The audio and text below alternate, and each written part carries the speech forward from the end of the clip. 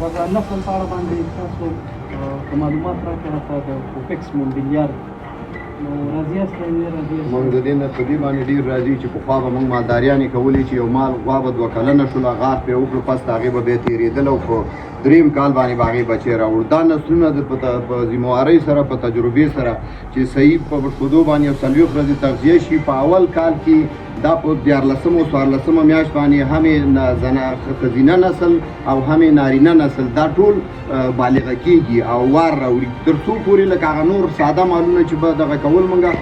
2 کلنۍ پورې به هغه به چې وکړو تېرېدله به په درېیم کال به لګېدله دا چې کله 2 کلنه کېږي دا تا ته بچی راوړي که ښځه اوسېږي که نر اوسېږي غوښو دپاره هغه نرې بالغه کېږي که غوښې ورنه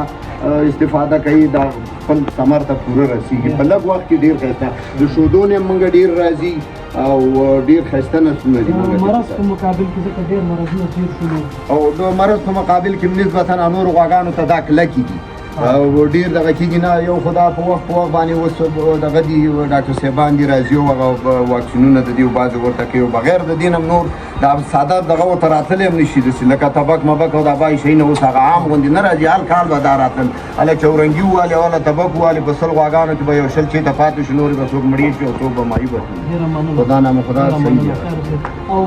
بله هغه تخلیص دی چې ډاکټر صاحب محترم تاسو ته ښودلې وې انشاءالله همغه جنس همغه بالکل هماغه جنس ډاکټر صاحب چې بس څرنګه مونږ ته ویلي وو هماغه نسلونه دي او مونږ تجربه کړي په څو فرقه یعنې دا درېیم نسل د دې هغه نیاګانې مورګانې او بېدامچي دي به مطلب دا ټول مونږ د همدې ډاکټر صاحب غلام احمد دغه نه دغه کړي او خوا کړي دي او هغې دا به زېږېدلي او بچي راوړي او مونږ ترې استفاده کوو ګورو هم په شودو کې هم په نورو هغو کې ډېره مننه